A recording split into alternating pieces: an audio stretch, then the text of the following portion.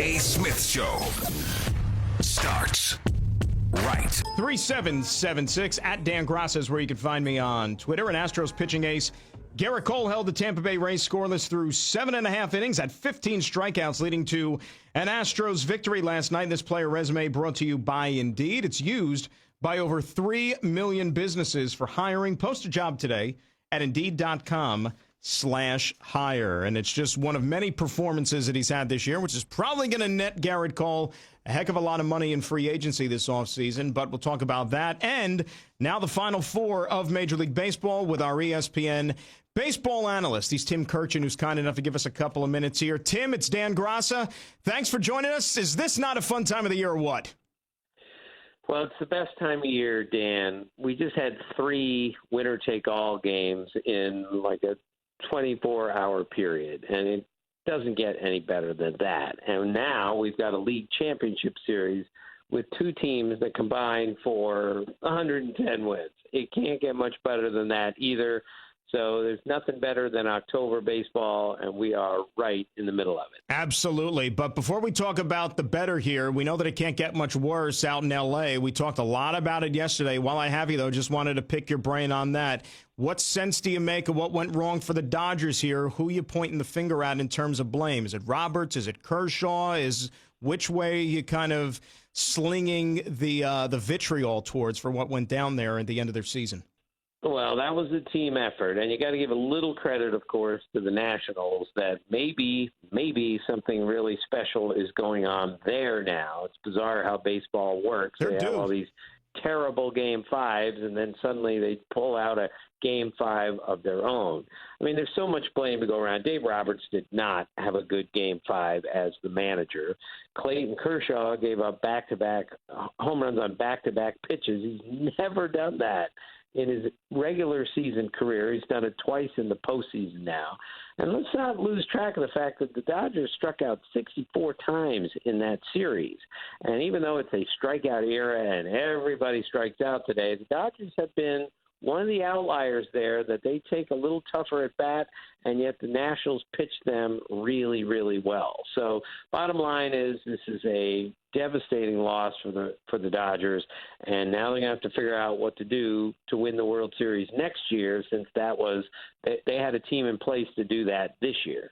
Absolutely. 106 wins, nothing to show for it, especially getting bounced in the first round. It is going to be a long, long offseason for that baseball team here. So the Nats, as you said, move on. And look, we know all the talent this club has had, Tim, for so many years. They were never really able to bust through. They finally broke that door down the other night in winning a round. But this is a dangerous group here going into St. Louis. And I've gone back and forth with this series, just kind of thinking about it here over the last couple of days. This is easily a coin flip as far as I'm concerned here, but this should be a heck of a 7 games between these two squads.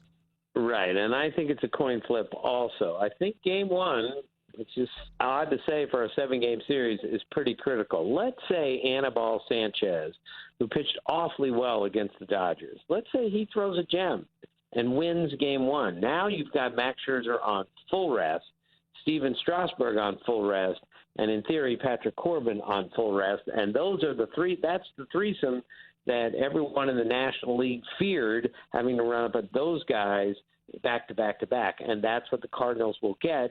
And if Sanchez can give them a 1-0 lead, I think that changes the look of this series even more.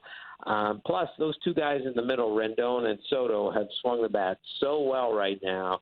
They might be the best back-to-back hitting twosome in the postseason right now, which is really saying something. And they don't miss Bryce Harper too much, do they? You know, that was what everybody thought of when he left to go to Philadelphia. I mean, shoot, let's Rendon and Juan Soto, give me those guys any day of the week on my team over Bryce Harper. Let's face it, those guys are lethal. Question is, what team is Anthony Rendon going to be a part of next year? Because he's going to fetch himself a heck of a lot of money on that open market. But you're absolutely right about Anibal Sanchez. He has been a great, great contributor for this team this year. This is a guy who looked like his career was over maybe last year, and he's really settled things down for them.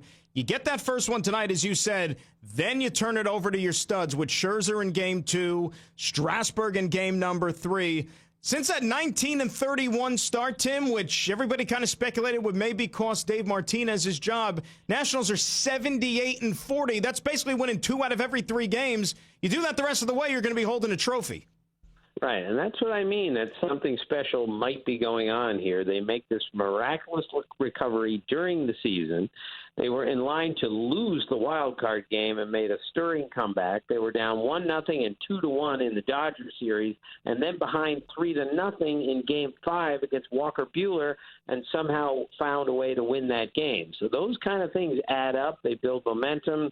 So this is a pretty impressive Nationals team right now. And on the flip side, though, you look at this Cardinals squad, and I know they haven't been in the playoffs for a few years, but historically, all they do is win. I mean, this team has been in the NLCS now for how many times in the last decade? You know, it always seems like they're flying under the radar, and they find a way to get the job done, just like they did against the Atlanta Braves here in this series.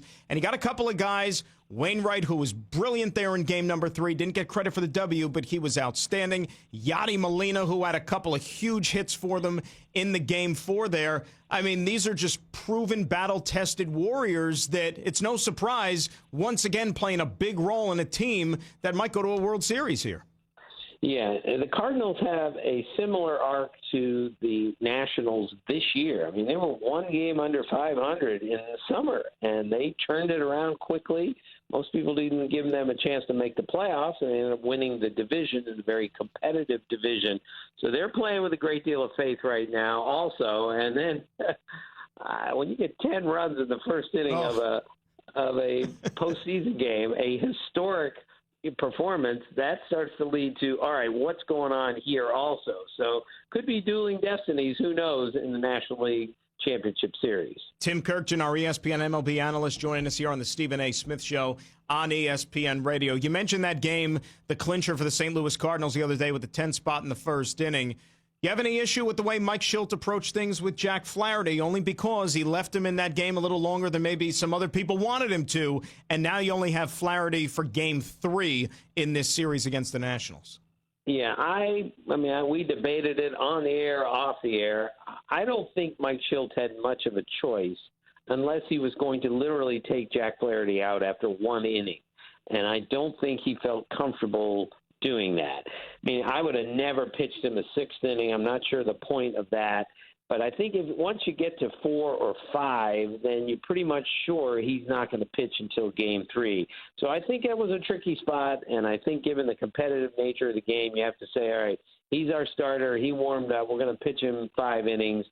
It's debatable what they did, but I still don't think if he'd given him 4 innings that he'd be starting Game 1. That was too quick of a turnaround. Lineup-wise, so on and so forth, when you look at the way the Cardinals should approach this thing here, we know that Matt Carpenter, for example, who, you know, Mike Schilt couldn't wait to get him out of the game there after those 10 runs the other day because he's a defensive liability. We know that his value there is with the offense, though, and I think that the Cardinals do have a decided edge in this series over Washington when it comes to catching the baseball. Do you think that that's going to factor into any way as to how he's going to go about mapping up that lineup? Yeah, that's an interesting point. You know, the Cardinals have been a subpar defensive team in recent years, which is a reason they didn't make the playoffs, and they're demonstrably better now defensively, and that has to happen if the Cardinals are going to win, because they don't have the lineup that they've had in the past. They don't have those bangers in the middle, even though, you know, Goldschmidt and Ozuna have been pretty good in the postseason. They need to do more. So this is Cardinals' deal, run prevention, and but not having Flaherty till Game 3, questions in the bullpen.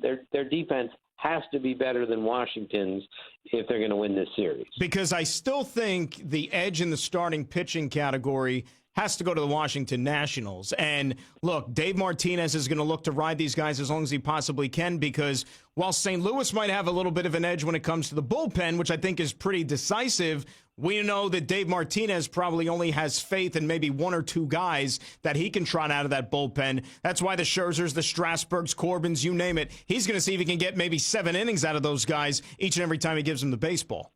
Yeah, I don't think there's any doubt the Nationals at full strength have better starting pitching than the Cardinals, and that's again why this lineup really works for the Nationals with starting pitching if Sanchez can give them something really good in Game 1. So right out of the chute, we might know the direction of this series based on what we see tonight.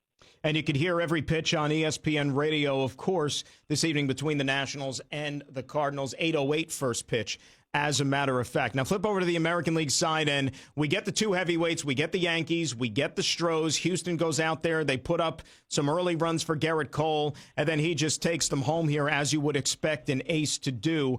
And again, the flip side with that, the only negative is now you have Garrett Cole only in game number 3 of this series. You get him in a game 7 if it goes that long, but the Astros now are going to have to piece this thing together before they get to Cole. How much confidence do you have in this situation? And let's say Zach Greinke, who's probably going to get the ball game 1 here.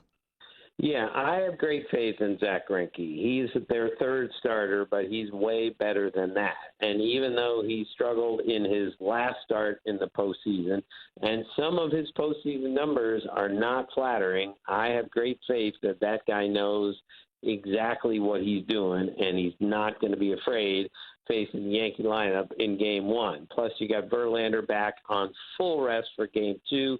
So I still think in some order the Astros starting pitching is in great shape. Would it be better to go Verlander, Cole, Verlander? Of course, but 3 and 7 still is a pretty attractive situation for the Astros and Garrett Cole. Now, on the flip side, you look at the Yankees, and Aaron Boone's going to have some decisions to make as to how he lines up his starting rotation. I mean, generally speaking, we know Tanaka, Paxton, Severino, those are his big 3.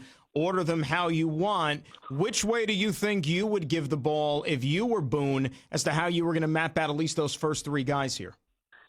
Well, I think he's going to go with what he did in the Twin Series, and that's Paxton, Tanaka, Severino. Maybe that makes sense. Tanaka's been better at home, and therefore he'd have to pitch on the road. But he's got several options, and given he's got the bullpen that he has, Aaron Boone can do all sorts of creative things. He can make sure Severino just gets out of there after 4 because that may be his limit for being overpowering.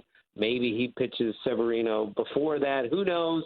But with that bullpen, he's got great flexibility and versatility, not to mention great power arms coming out from the 5th inning on. Severino, we've only seen him a handful of times this year because of injuries, and for a long time we were really unsure if he was going to be able to contribute to this team at all, but he's back. I thought he really bared down in that Game 3 against the Twins, got out of that bases-loaded jam there in the 2nd inning. Have you seen enough from him now, Tim, to where you could say, all right, I'm comfortable giving this guy the baseball, maybe even stretching him out to, let's say, 100 pitches in his next start? I think he's only maxed out at about 85 or so since he's been back.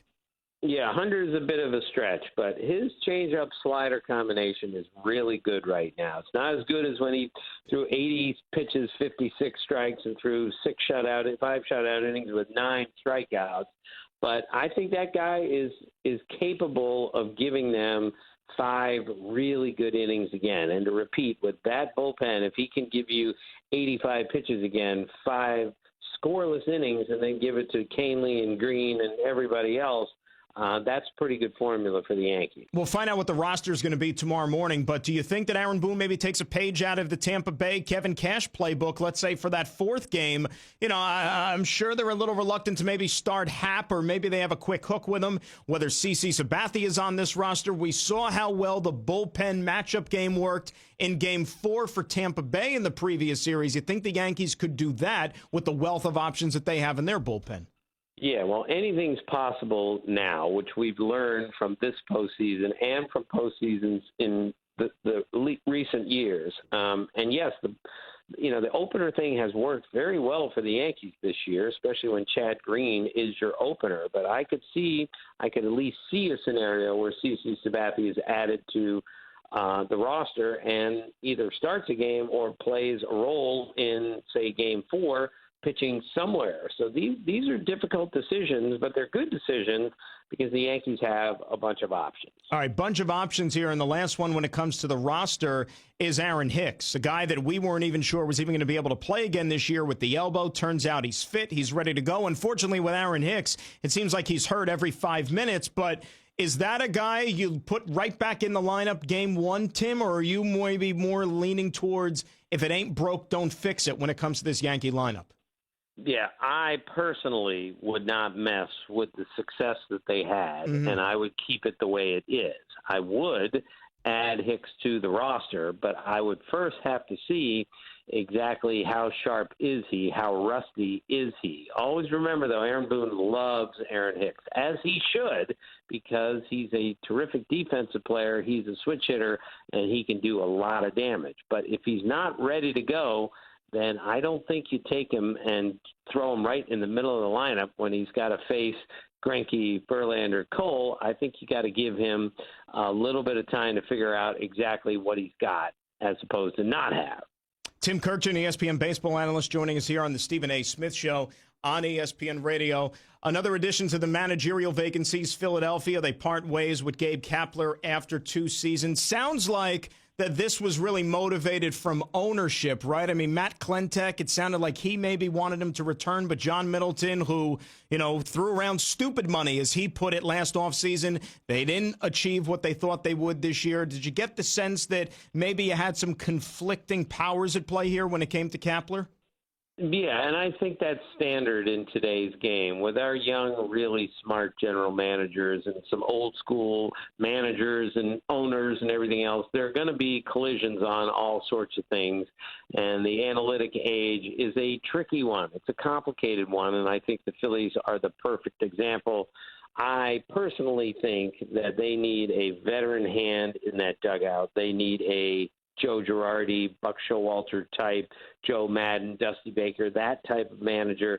They veered off course, at least for me, a little bit the last couple of years, not just because of the manager, but the entire approach of the organization. They can get that back, but I think it needs to go into the hands of a manager that brings some experience and some wisdom to the dugout on a daily basis. You got 2 teams now in the NL East looking for skippers, Phillies, Mets. If you had your pick of the litter, what job do you think is more appealing, more attractive, the Philly job or the Met job?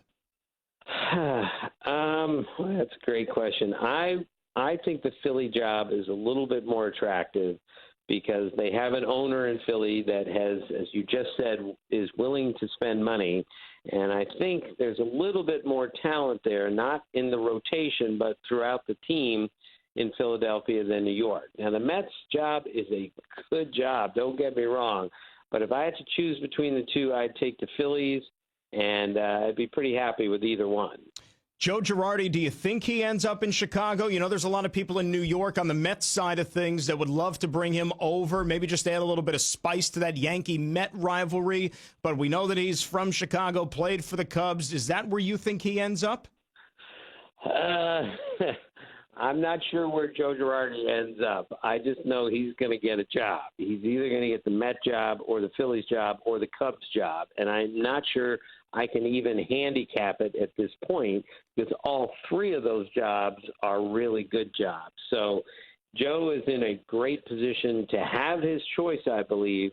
And it should be real interesting to see which way he goes. We have seen a shift, though, over the last couple of years in baseball, right, when it comes to the hiring of managers, where maybe teams are starting to move away from some of those more established guys, the big personalities, egos, ones that are going to have a lot of say in the clubhouse and really throughout that organization. They want to go maybe towards the ones that are lacking in experience and kind of organizational type of hires. Do you think that continues here moving forward? So, the Girardis, the Bucks, the Dusties, is there still a place for those guys in the game? Well, I think so. I think we've gone too far the other direction. I agree. And even though some first-year managers, Alex Cora, when I say first year, I mean first-year major league managers, Aaron Boone, Alex Cora, A.J. Hinch, those guys have done fantastic jobs over the last 10 years. It's just I think there's still a place for a veteran hand in the dugout. I think we have devalued the manager in recent years. I don't think we pay them like we used to pay them, and I think they should have a bigger role than they do right now. But we know in the analytics age, the front office has a lot to say with it, and they have a lot to offer. But I think when push comes to shove, I'll take a baseball man who is experienced in the craft of managing in the dugout. And I think we're going to start to see a shift going back to that, a slow shift, but I think this offseason could present that. Oh, Tim, from your lips, I would love to see that. Nothing more would make me happier. I mean, put the computers away. Well, there's still place for the computers and the data and all that stuff, but sometimes you got to manage with your gut. And I think we're getting away from that a little too much here in Major League Baseball the last couple of years. So we're speaking the same language as far as I'm concerned. Last thing, who's playing in the World Series? Well, I picked the Astros to beat the Dodgers at the beginning of the postseason, so I'm going to stick with the Astros beating the Yankees in an epic 7-game series. And that's not to say the Yankees can't win, because they can win the World Series. But I'm going to take the Astros barely over the Yankees. I'm going to take the Nationals barely over the Cardinals, and I'll take the Astros over the Nationals. Hey, if we get those two bareleys, that means that's a lot of fun for baseball fans, which means they're going to be really, really good series. So let's hope we get some good ones here over the next couple of weeks. Tim Kirkjian, our outstanding ESPN baseball analyst. Appreciate it as always, Tim. We will catch up soon. Enjoy the baseball. It should be a lot of fun.